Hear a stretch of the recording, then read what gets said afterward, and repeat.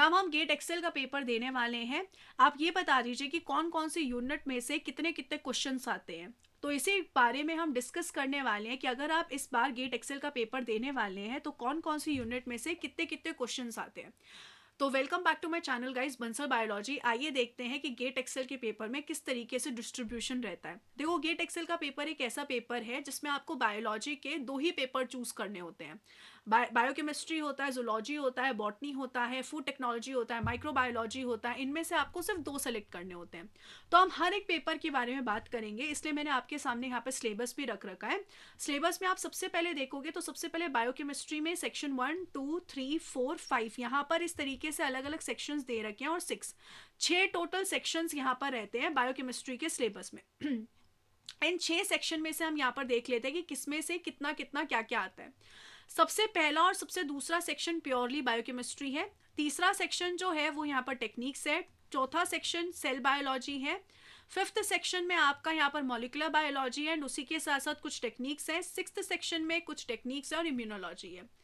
तो आइए हम यहाँ पर समझ लेते हैं कि हर सेक्शन में से कितने कितने क्वेश्चंस आपको देखने को मिलेंगे। तो सबसे पहले अगर हम यहाँ पर बायोकेमिस्ट्री को देखें तो आप देख सकते हो आपके पास यहाँ पर सबसे पहले है बायोमोलिक्यूल्स, दैट इज सेक्शन 1। फिर यहाँ पर है section 2, section 3, section 4, section 5 and section 6। ये 6 सेक्शंस आपके पास है। 2020 से लेकर 24 तक हर सेक्शन में से कितने कितने क्वेश्चंस आए और रिसेंट जो पेपर था उसमें कितने क्वेश्चंस आए थे आप यहाँ पर देख सकते हैं। सेक्शन 1 और 2 को मिला के जो बायोकेमिस्ट्री बनता है, डेफिनेटली सी बात है उसमें से अच्छे नंबर ऑफ क्वेश्चन आएंगे, क्योंकि यहाँ पर ये एक ऐसा टॉपिक है जो सबसे मेन है। इसमें यहाँ पर फोटोसिंथेसिस भी इंक्लूडेड होता है, थोड़ा सा प्लांट का हिस्सा भी इंक्लूडेड होता है। जो आपकी टेक्निक्स हैं, प्योर टेक्निक्स है, उनमें से आप देख सकते हो 3 के आसपास क्वेश्चंस आते हैं। सेल बायोलॉजी से एक बार तो एक भी नहीं आया था, नहीं तो 2 से 3 क्वेश्चन देख ही लिए जाते हैं। मॉलिकुलर बायोलॉजी में एक बार एक भी क्वेश्चन नहीं आया था, नहीं तो 2 से 3 क्वेश्चन आते हैं। इम्यूनोलॉजी में से भी 3 के आसपास क्वेश्चन बने रहते हैं। तो बायोकेमिस्ट्री अगर आप पेपर दे रहे हो, अगर आप CSIR की तैयारी कर रहे हो, तो ये पेपर आपके लिए बहुत ईजी रहने वाला है। अगर आपने CSIR की बहुत अच्छे से प्रिपरेशन किया, क्योंकि उसमें इम्यूनोलॉजी भी आता है, इम्यूनोटेक्निक्स, ये सारी चीज़ें आती हैं, तो आपको इसमें इतनी डिफिकल्टी नहीं होगी। सेकेंड, अगर हम यहाँ पर बायोकेमिस्ट्री के बाद चले तो जो नेक्स्ट होता है उसमें अगर हम यहाँ पर देखें तो वो आता है बॉटनी।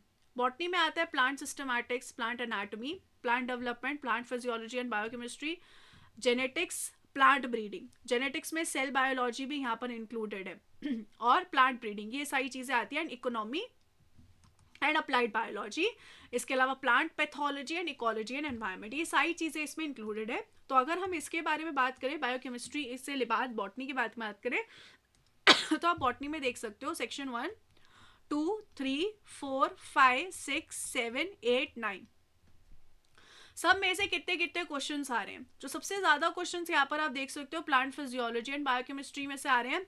फिर plant development, cell, tissue and cell morphology से आ रहे हैं। बाकी आप यहाँ पर चेक कर सकते हैं हर एक से कितने कितने आ रहे हैं, आप इसका स्क्रीनशॉट लेकर रख सकते हो।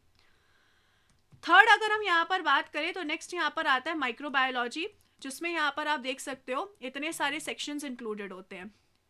अगर हम यहाँ पर इसके पर्सपेक्टिव से देखें, माइक्रोबायोलॉजी के पर्सपेक्टिव से, तो यहाँ पर आप देख सकते हैं historical perspective, methods in microbiology, microbial taxonomy and diversity, prokaryotic cells, cell biology, microbial growth, control of micro organisms.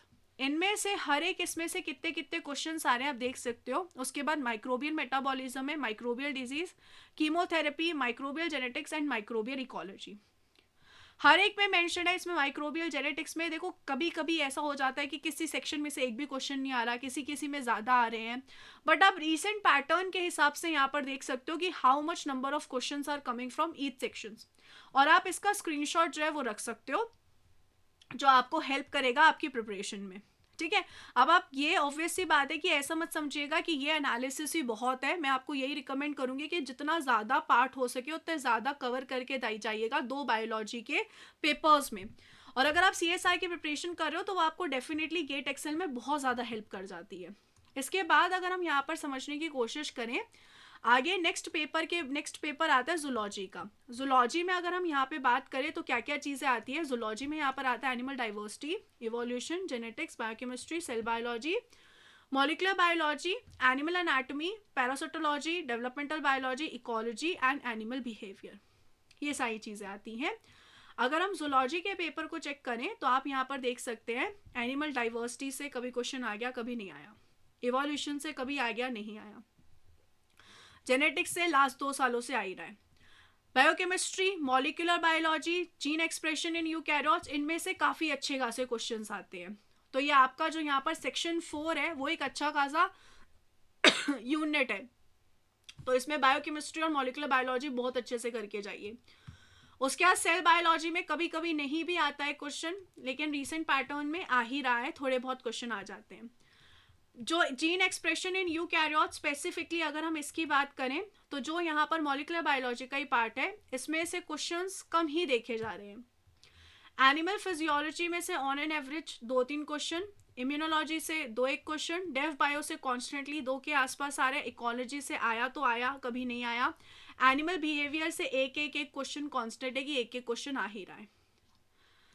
Next अगर हम यहाँ पर चलें तो नेक्स्ट यहाँ पर कौन सा आता है, जूलॉजी के बाद आता है food technology.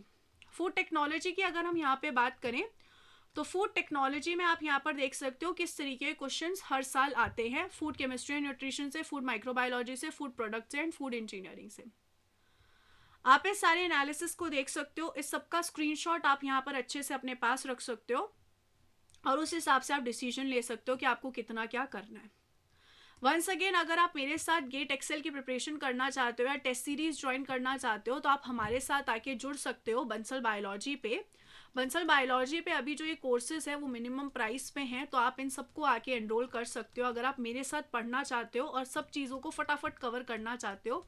So you guys can enrol with us, आप यहाँ पे हमारे साथ आके एनरोल कर सकते हो हमारी ऐप डाउनलोड कर सकते हो, हमारा टेलीग्राम चैनल ज्वाइन कर सकते हो। Wish you all the very best guys, take care, bye.